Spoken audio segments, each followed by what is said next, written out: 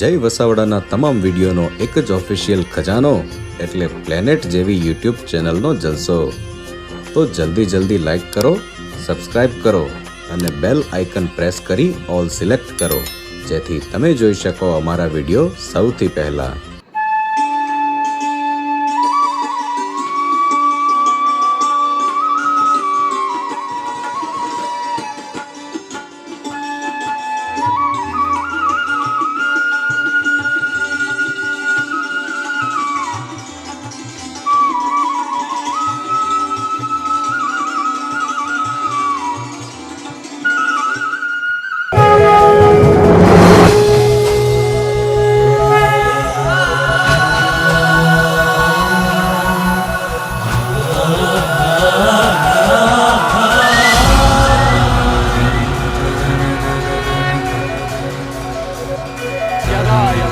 धर्मस्य ग्लानिर्भवति भारत अभ्युत्थानम् अधर्मस्य तदात्मानं सृजाम्यहम् परित्राणाय साधूनां विनाशाय च दुष्कृतां धर्म संस्थापनार्थाय संभवामि युगे युगे.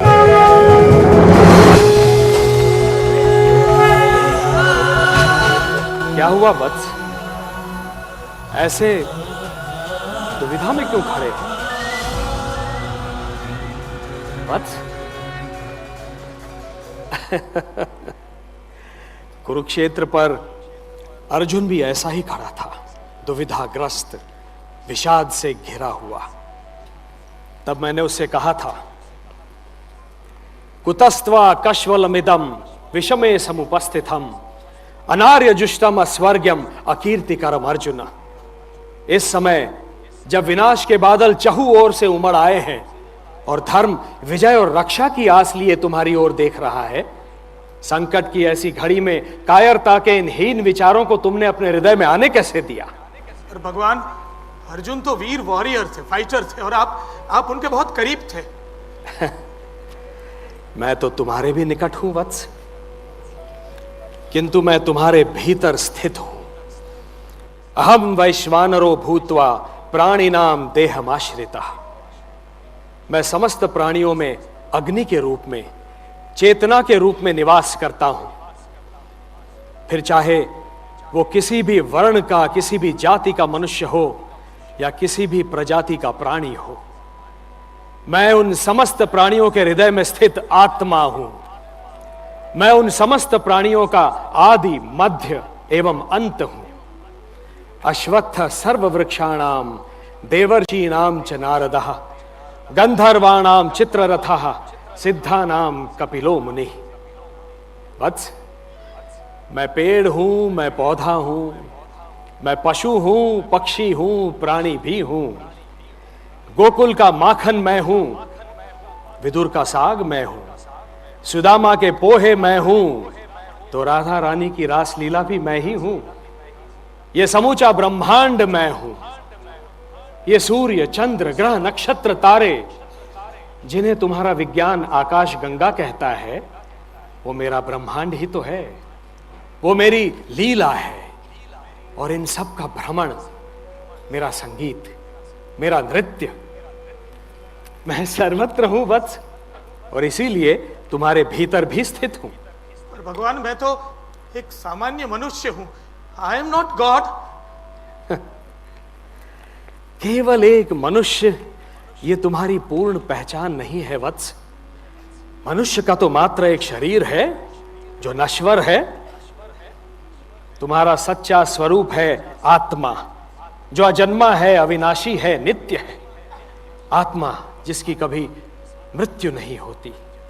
न जायते म्रियते वा कदाचिन नायम भूत्वा भवितावान भूया अजो नित्यम शाश्वतोयम पुराणो न हन्यते हन्यमाने शरीरे.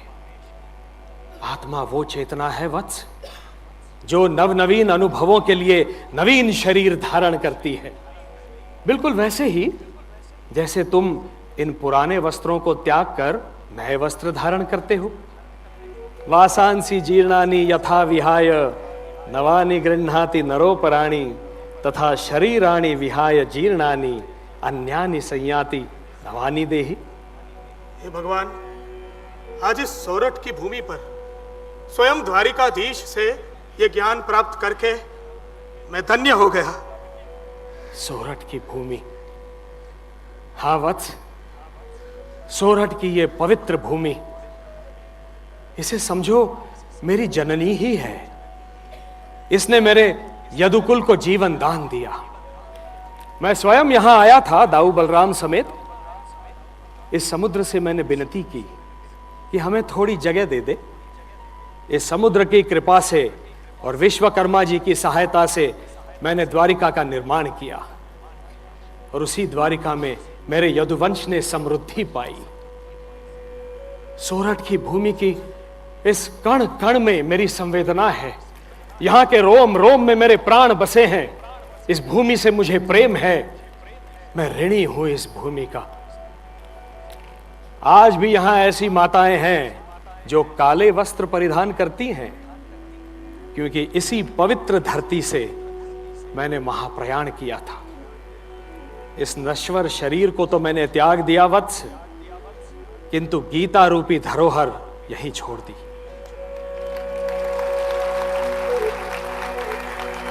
श्रीमद् भगवत गीता, जिसमें मनुष्य की हर समस्या का समाधान है, आज सोरठ की इस पवित्र भूमि से मैं पुनः एक बार अपना सर्वोत्तम संदेश दे रहा हूं। निस्सीम भक्ति का, अपार ज्ञान का, निष्काम कर्म योग का। कि मनुष्य मात्र अपना कर्म करे और उसके फल की चिंता ना करे, वो फल मुझ पर छोड़ दे। उसके योग और क्षेम की चिंता मैं करूंगा। बिल्कुल उसी प्रकार जैसे इन सब महापुरुषों ने अपना अपना कर्म निभाया और उसके फल की चिंता नहीं की। कर्मण्येवाधिकारस्ते मां फलेषु कदाचन मां कर्म फल हेतुर्भूः माते संगोस्त्व कर्मणि अनन्याश्चिन्तयन्तो माम ये जनाः पर्युपासते तेषां नित्याभियुक्तानां योगक्षेमं वहाम्यहम्। मन्मना भव मद्भक्तो मद्याजी मां नमस्कुरु मामे वैश्यसि सत्यं ते प्रतिजाने प्रियोसि मे।